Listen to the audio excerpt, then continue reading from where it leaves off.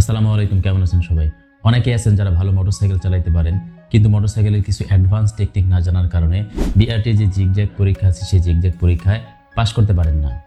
যারা প্রথমবার এই বিআরটির জিগজ্যাগ পরীক্ষায় পাশ করে ড্রাইভিং লাইসেন্স পাইতে চান, তাদের জন্য আজকের এই ভিডিও। এই ভিডিওতে আপনারা শুধু বিআরটির যে জিগজ্যাগ পরীক্ষা সেই জিগজ্যাগ পরীক্ষায় পাশ করার কৌশলই শিখবেন না, এর পাশাপাশি আপনাদের যে মোটরসাইকেল রাইডিং সেই মোটরসাইকেল রাইডিংয়ের যে দক্ষতা সেই দক্ষতাকে অন্য উচ্চতায় নিয়ে যাবে। যারা প্রথমবার বিআরটির জিগজ্যাগ পরীক্ষা দিতে যাচ্ছেন তাদের জন্য এই ভিডিওটি খুবই উপকারী হবে। চলুন তাহলে দেরি না করে আমরা শুরু করে দিই। প্রথম যে দক্ষতার কথা বলবো সেটি হচ্ছে মোটরসাইকেল নিয়ন্ত্রণ করা। দেখেন, মোটরসাইকেল শুধু চালানো জানলেই কিন্তু হবে না, আপনার মোটরসাইকেল নিয়ন্ত্রণ করার কৌশল আপনাকে জানতে হবে। মোটরসাইকেল নিয়ন্ত্রণ করার সবচেয়ে ভালো কৌশল হচ্ছে আপনার যে ক্লাচ এবং গিয়ারের মধ্যে সামঞ্জস্য রাখা। ক্লাচ এবং গিয়ারের মধ্যে যদি আপনি ভালোভাবে সামঞ্জস্য রাখতে না পারেন, তাহলে কিন্তু আপনার মোটরসাইকেল জিগজ্যাগ পরীক্ষার যে ট্র্যাক সেই ট্র্যাক থেকে হুট করে ট্র্যাকের বাইরে চলে যেতে পারে বা হুট করে আপনার মোটরসাইকেল বন্ধ হয়ে যেতে পারে। এই কাজটি কিন্তু শুধুমাত্র বিআরটির যে জিগজ্যাগ ট্র্যাক সেখানেই ঘটবে তা কিন্তু নয়, এটা আপনার রাস্তাঘাটে ঘটতে পারে। এবং হুট করে যদি আপনার রাস্তায় মোটরসাইকেল বন্ধ হয়ে যায় বা হুট করে লাফ দিয়ে অন্য লেনে চলে যায়, তাহলে কিন্তু আপনার দুর্ঘটনা ঘটার সম্ভাবনা থাকবে। ক্লাচ এবং গিয়ারের মধ্যে সমন্বয় রাখার সবচেয়ে ভালো পন্থা হচ্ছে আপনার মোটরসাইকেলের যখন গতি দরকার তখন আপনি গিয়ারটাকে বাড়িয়ে দিবেন, আর আপনার মোটরসাইকেলের যখন শক্তি দরকার, যখন গতি দরকার নাই শক্তি দরকার, তখন আপনারা গিয়ারটাকে কমিয়ে দিবেন। দ্বিতীয় যে দক্ষতার কথা আমি বলবো সেটি হচ্ছে মোটরসাইকেলের ভারসাম্য রক্ষা করা এবং ধীর গতিতে চলা। দেখেন, আপনি যখন বিআরটি জিগজ্যাগ পরীক্ষা দিবেন তখন কিন্তু সেই জিগজ্যাগ পরীক্ষাটা একটা নির্দিষ্ট ট্র্যাকের ভিতরে হয়। সেখানে নির্দিষ্ট দূরত্ব পরপর কিছু খুঁটি বা স্টিক দেওয়া থাকে, সেই স্টিকের ভিতর দিয়ে কিন্তু আপনাকে মোটরসাইকেল চালাতে হয়। আপনি যদি ভালোভাবে ভারসাম্য রক্ষা করতে না পারেন বা ধীর গতিতে না চালাতে পারেন, তাহলে কিন্তু আপনি সেখানে মোটরসাইকেল নিয়ে পড়ে যাবেন বা মোটরসাইকেল আপনার বিভিন্ন যে খুঁটিগুলো ওখানে থাকে সেই খুঁটির সাথে লেগে যেতে পারে। আর আপনি যদি মোটরসাইকেল নিয়ে পড়ে যান বা খুঁটিতে যদি আপনার মোটরসাইকেল বা আপনার শরীর লেগে যায়, তাহলে কিন্তু আপনি সেই মোটরসাইকেল পরীক্ষায় ফেল। মোটরসাইকেলের ভারসাম্য রক্ষা করা এবং ধীর গতিতে চলার সবচাইতে ভালো কৌশল হচ্ছে আপনার কাউন্টার ব্যালেন্সিং এবং স্লো মুভিং প্র্যাকটিস করা। দেখেন, এই বিষয় দুইটা আমি আপনাদেরকে প্র্যাকটিক্যালি দেখাবো। এই কাউন্টার ব্যালেন্সিং এবং স্লো মুভিং যদি আপনারা ভালোভাবে এই কৌশলটা রপ্ত করতে পারেন, তাহলে আপনার শুধু যে জিগজ্যাগ ট্র্যাক সেই জিগজ্যাগ ট্র্যাকেই না, আপনি রাস্তায় চলার সময় আপনার অনেক উপকারে আসবে। চলেন কাউন্টার ব্যালেন্সিং এবং স্লো মুভিং আমি আপনাদেরকে একটু প্র্যাকটিক্যালি দেখাই। দেখেন, কাউন্টার ব্যালেন্সিং করার সময় আপনারা যখন আপনাদের মোটরসাইকেল নিয়ে ডান দিকে কাত করবেন বা ডান দিকে ঘুরবেন, তখন আপনাদের যে বডি বা শরীর আপনারা বাম দিকে নিয়ে যাবেন। তাহলে দেখবেন যে আপনার মোটরসাইকেলটা একটা ব্যালেন্সিং হয়ে যাবে, ভারসাম্য চলে আসবে, তখন আপনি মোটরসাইকেল নিয়ে পড়ে যাবেন না। একইভাবে আপনি যখন ডান দিকে ঘুরবেন বা ডান দিকে কাত হবেন, তখন আপনার শরীরটাকে বাম দিকে নিয়ে আসবেন। মানে মোটরসাইকেল এবং আপনার বডি সবসময় সমান্তরালে থাকতে হবে, তাহলে আপনার মোটরসাইকেলটা ব্যালেন্সে থাকবে, কোনো দিকে পড়ে যাবে না। স্লো মুভিং বা আস্তে বা ধীরে চলা যখন আপনি প্র্যাকটিস করবেন, তখন আপনারা চেষ্টা করবেন যে আপনাদের মোটরসাইকেল ফার্স্ট গিয়ারে মুভ দিয়ে, মানে ফার্স্ট গিয়ারে চলা শুরু করে সেকেন্ড গিয়ারে নিয়ে যাওয়ার জন্য। এবং একেবারে আস্তে আস্তে আপনারা এই প্র্যাকটিসটা করবেন। কয়েকদিন প্র্যাকটিস করলে দেখবেন আপনারা এই কৌশলটা খুব সহজেই রপ্ত করতে পারবেন। তৃতীয় যে দক্ষতার কথাটি আমি বলবো সেটি হচ্ছে টার্নিং বা কর্নারিং করা। দেখেন, আপনি যখন মোটরসাইকেল নিয়ে জিগজ্যাগ ট্র্যাকে গাড়ি চালাবেন, তখন কিন্তু আপনাকে কয়েকটি নির্দিষ্ট খুঁটি পর আপনাকে টার্ন করতে হবে বা কর্নারিং করতে হবে, এবং একটা সময় আপনাকে খুঁটির শেষ পর্যায়ে গিয়ে কিন্তু টার্ন করে আবার ঘুরে আসতে হবে। সো এই জায়গায় আপনাকে অনেক বেশি টার্নিং এবং কর্নারিংয়ে দক্ষ হতে হবে বা এই কৌশলগুলি আপনাকে শিখতে হবে। এই কৌশলগুলি শুধুমাত্র যে আপনার জিগজ্যাগ ট্র্যাকে কাজে লাগবে তা কিন্তু না।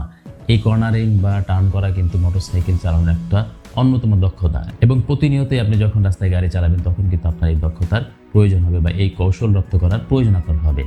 এই টার্নিং বা কর্নারিং করার সময় আপনাকে কয়েকটি বিষয় অবশ্যই মাথায় রাখতে হবে। তার মধ্যে অন্যতম হচ্ছে আপনার গাড়ির গতি কমানো। দেখেন, আপনার গাড়ির গতি যত কম হবে তত আপনার টার্নিং রেডিয়াস বা ঘোরার যেই জায়গা সেই জায়গা কিন্তু আপনার কম লাগবে। আমি আবারও বলি, বিআরটির যে জিগজ্যাগ ট্র্যাক সেটা কিন্তু একটা নির্দিষ্ট জায়গা আপনার থাকবে, সেই জায়গার মধ্যেই কিন্তু আপনাকে টার্ন করতে হবে বা কর্নারিং করতে হবে। সুতরাং আপনার মোটরসাইকেলের গতি যদি বেশি থাকে, তাহলে কিন্তু আপনার টার্নিং রেডিয়াস বেশি হয়ে যাবে। সুতরাং চেষ্টা করবেন মোটরসাইকেলের গতি যাতে যথেষ্ট কম হয়।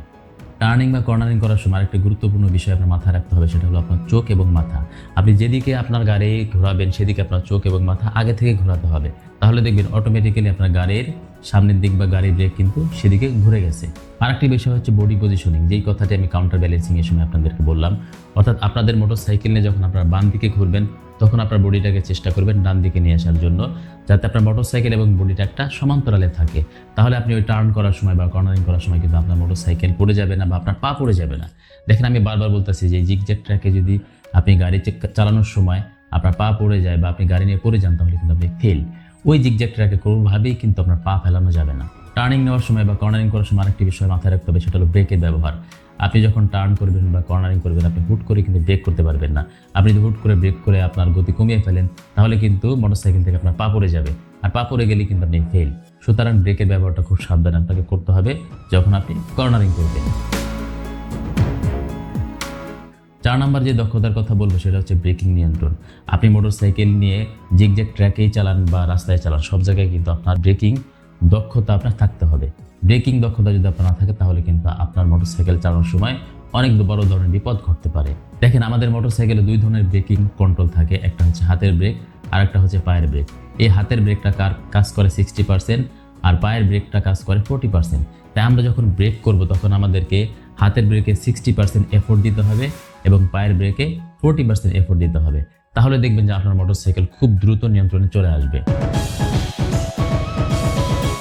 দর্শক, 5 নাম্বার এবং সর্বশেষ যে দক্ষতার কথা বলবো সেটা হচ্ছে আপনার আত্মবিশ্বাস থাকা।